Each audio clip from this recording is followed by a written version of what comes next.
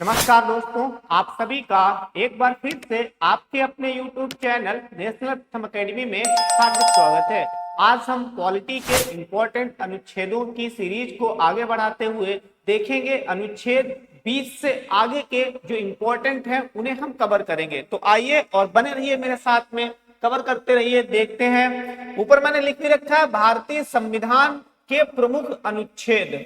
प्रमुख अनुच्छेद यहाँ पे इधर साइड में जो लिखे हैं वो अनुच्छेद हैं आपके, और इधर साइड में उस अनुच्छेद में किस चीज का प्रोविजन है, क्या चीज बताई गई है। हमारे एग्जाम में अनुच्छेद से चाहे कोई भी जो है एग्जाम हो और जिसमें पॉलिटी आती है, डेफिनेटली हम कह सकते हैं पूरे विश्वास के साथ में कि अनुच्छेद से क्वेश्चन पूछा जाता है।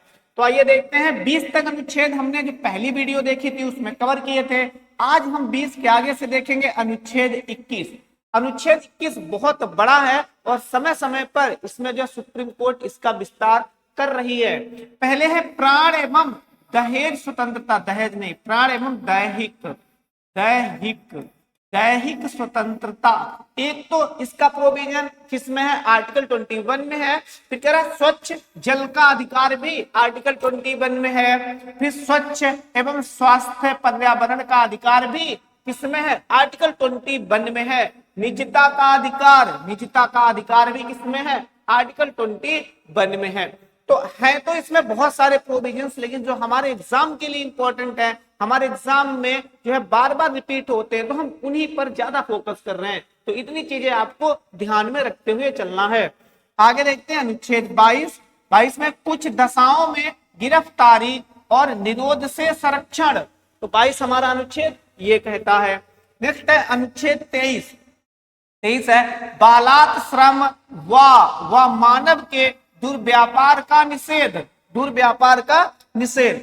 ये वीडियो बहुत छोटी होगी लेकिन इंपॉर्टेंट है, क्योंकि हम इसमें जो है हमारे जो राइट्स हैं, अधिकार है, उनके बारे में पढ़ रहे हैं। और अधिकार सबसे ज्यादा इंपॉर्टेंट होते हैं, चाहे एग्जाम के लिए और चाहे तो वैसे हमारे जानकारी के लिए। तो देखो 23 और 24 में आपको कंफ्यूजन हो सकता है, लेकिन आप समझ लीजिए 23 क्या कहता है बालात श्रम व मानव के दुर्व्यापार का निषेध। मतलब ऐसा व्यापार जिसे हम ह्यूमन ट्रैफिकिंग कहते हैं, लोगों को पकड़ना, बेचना, उनका शारीरिक शोषण करना, ये सारी चीजें क्या है? मना की गई है अनुच्छेद 23 के तहत।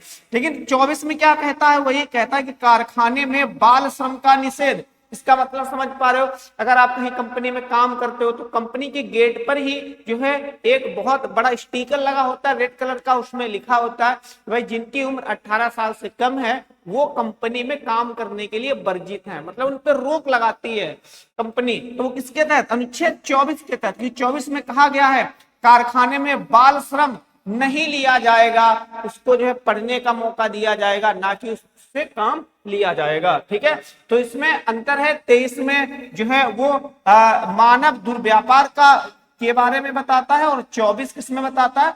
कारखाने में बाल श्रम का निषेध बताता है। आगे देखते हैं, चलिए आगे देखिए भाई। अनुच्छेद 25 क्या कह रहा है? अनुच्छेद 25 कह रहा है धर्म को अबाध रूप से मानने, उसका आचरण करने और प्रचार करने की स्वतंत्रता है। किसके तहत? हमें अनुच्छेद 25 के तहत ये राइट दिया गया है। फिर अनुच्छेद 26 में क्या कहा गया है? धार्मिक कार्यों की प्रबंधन की स्वतंत्रता, कि आप जिस धर्म से बिलोंग करते हैं उसमें जो भी आपके धर्म के अनुसार आप काम करते हैं तो उसको मैनेज करने की स्वतंत्रता, फ्रीडम आपको दी गई है अनुच्छेद 26 के तहत। नेक्स्ट है अनुच्छेद 27 के तहत क्या बताया गया है? किसी धर्म विशेष की अभिवृद्धि के लिए करों के संदाय के बारे में स्वतंत्रता। तो मतलब जो धार्मिक प्रतिष्ठान होते हैं तो उन पे टैक्स नहीं लगाया जाता है। आपने देखा होगा, आपने सुना भी होगा, तो वो अनुच्छेद 27 के तहत ऐसा किया जाता है। अनुच्छेद 28 में क्या बताया गया है? शैक्षणिक संस्थानों में धार्मिक निर्देशों अथवा पूजा में उपस्थित होने की स्वतंत्रता जो हमें दी गई है किसी भी भारत के नागरिक को, वो अनुच्छेद 28 के तहत ये स्वतंत्रता दी गई है। आगे बढ़ते हैं, आगे देखते हैं।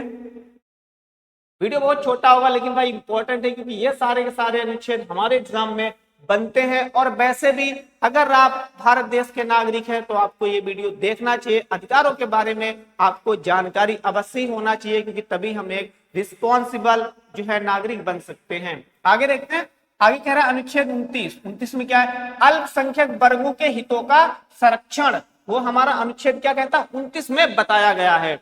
अनुच्छेद 30 में क्या बताया गया है, शिक्षा संस्थानों की स्थापना, शिक्षा जो संस्थान है उनकी स्थापना करने का अधिकार दिया गया है, प्रशासन करने का अधिकार दिया गया है। लेकिन किन लोगों को, अल्पसंख्यक वर्गों को। किन्हें दिया गया है, अल्पसंख्यक वर्गों को, जो माइनॉरिटी होते हैं ना, माइनॉरिटी जो होते हैं उन्हें दिया गया है ये अधिकार।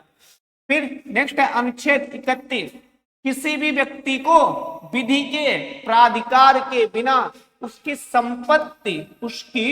संपत्ति से वंचित नहीं किया जाएगा। ये आर्टिकल 31 कहता है। क्या कहता है, एक बार फिर से देखो, इसको मैं सिंपलीफाई कर दूं, नहीं तो ये तो डायरेक्ट हमने पॉलिटी की बुक से उठाया हुआ है ये कंटेंट आपका, तो ये शायद आपको समझ में ना आए।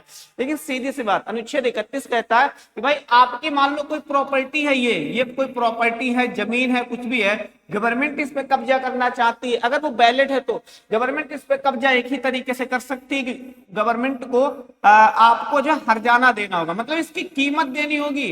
गवर्नमेंट तभी इस जगह को ले सकती है, वरना वो नहीं ले सकती है। क्योंकि 31 के तहत, अनुच्छेद 31 के तहत कहा गया है किसी भी व्यक्ति को विधि के प्राधिकार के बिना उसकी संपत्ति से अलग नहीं किया जाएगा, वंचित नहीं किया जाएगा। लेकिन कब, अगर वो संपत्ति कैसी है, वैलिड है, तब। फिर अनुच्छेद 32 बहुत इंपॉर्टेंट है। अनुच्छेद 32 को ही हमारे डॉक्टर भीमराव अंबेडकर ने संविधान की आत्मा कहा है, तो ऐसे क्वेश्चन बहुत बार पूछा गया है। क्या इसके तहत क्या बताया गया, सर्वोच्च न्यायालय जिसे हम सुप्रीम कोर्ट कहते हैं, तो मौलिक अधिकारों के प्रवर्तन के लिए रिट जारी करने का अधिकार दिया गया है। अनुच्छेद 32 के तहत भाई रिट जो है सुप्रीम कोर्ट भी आपकी जारी कर सकती है एंड हाई कोर्ट भी जारी कर सकती है।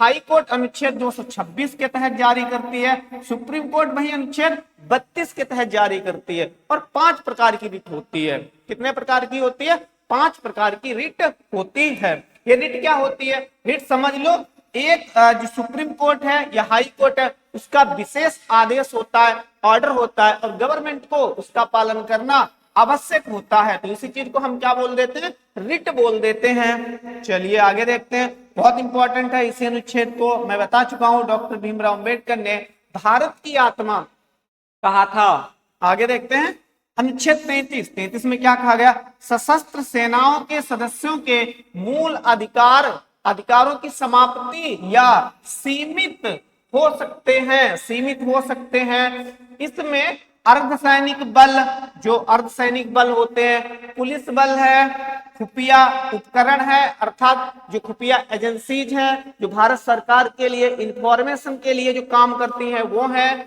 और समकक्ष बल शामिल हो सकते हैं। देखो, हो सकता है कि यह भाषा आपको ना समझ में आ रही हो, लेकिन मैं आपको बता रहा हूं। इसमें बताया गया है कि भाई जो सैनिक हैं, जो कैसे हैं, सैनिक हैं, तो उनके अधिकारों पर सरकार जो है बैन लगा सकती है। क्यों लगा सकती है, इसलिए लगा सकती है क्योंकि भाई जो सैनिक होते हैं वो हमारे देश की रक्षा करते हैं। मान लो किसी भी देश के साथ में भारत की लड़ाई छिड़ जाती है, ठीक है, कोई भी देश मान सकते हो आप, मान लो एक ये देश है उसके साथ में भारत ये है, इसकी लड़ाई छिड़ जाती है। कुछ सैनिक हैं वो कह रहे हैं कि भैया हमें 6 महीने से छुट्टी नहीं मिली है, हम तो जाएंगे घर, तो ऐसे में गवर्नमेंट क्या करेगी भाई, तो ऐसे में ये प्रोविजन किया गया है ताकि अगर ऐसा हो तो जो है उन्हें छुट्टी कैंसिल कर दी जाए, उन्हें जो अधिकार दिया गया वो उनसे जो है ले लिया जाए, बोला जाए नहीं भाई आपको करना ही होगा, क्योंकि उन पे कंट्रोलिंग करना बहुत जरूरी है, इसलिए ऐसा किया गया है। नेक्स्ट है लास्ट, उम्मीद है कि समझ में आ गया होगा आपको। लास्ट है अनुच्छेद 34 में क्या कहा गया है, यदि किसी क्षेत्र में मार्शल लॉ लागू हो, मार्शल लॉ को हम हिंदी में क्या बोल देते हैं, सैन्य शासन बोल देते हैं, तो उन क्षेत्रों में मौलिक अधिकारों पर प्रतिबंध लगाया जा सकता है। देखो अभी तो हमने भैया पढ़ा था अनुच्छेद 19 के तहत पढ़ा था, क्या पढ़ा था, वह अनुच्छेद 19 के तहत हम कहीं जा सकते हैं, पढ़ा था कि नहीं, कहीं जा सकते हैं, रहने का अधिकार है हमें, कुछ भी वैलिड जो कार्य है, वैलिड जो बिजनेस है वो करने का अधिकार है, काम करने का अधिकार है। लेकिन यहाँ पे तो वो कह रहा है मार्शल लॉ लागू हो तो इन क्षेत्रों में मौलिक अधिकारों पर प्रतिबंध लगाया जा सकता है। हाँ, जैसे मान लो कहीं कोई हिंसा हो गई है, बहुत ज्यादा लड़ाई झगड़ा हो गया है, कहीं कोई आंदोलन चल रहा था उसमें हिंसा हो गई है, तो भाई पुलिस आपको मना कर सकती है, कह सकती है भाई वहां मत जाओ, वहां जाना खतरा है और हो सकता है कि हिंसा बढ़ जाए। तो इसीलिए वो आपके अधिकारों पर क्या लगा सकती है, प्रतिबंध लगा सकती है कि भाई ऐसा मत करिए, क्योंकि ऐसे जो है देश में हिंसा बढ़ सकती है। तो आज हमने जो है हमारे जो मौलिक अधिकार थे उनको कवर कर लिया है पूरी तरीके से। वीडियो आपको कैसा लगा आप कमेंट बॉक्स में जरूर बताएं। अगर आप हमारे चैनल पे नए हैं तो हमारे चैनल को सब्सक्राइब करना ना भूलें। अपने दोस्तों तक मेरी वीडियो को जरूर ही शेयर करें। धन्यवाद। Have a nice day.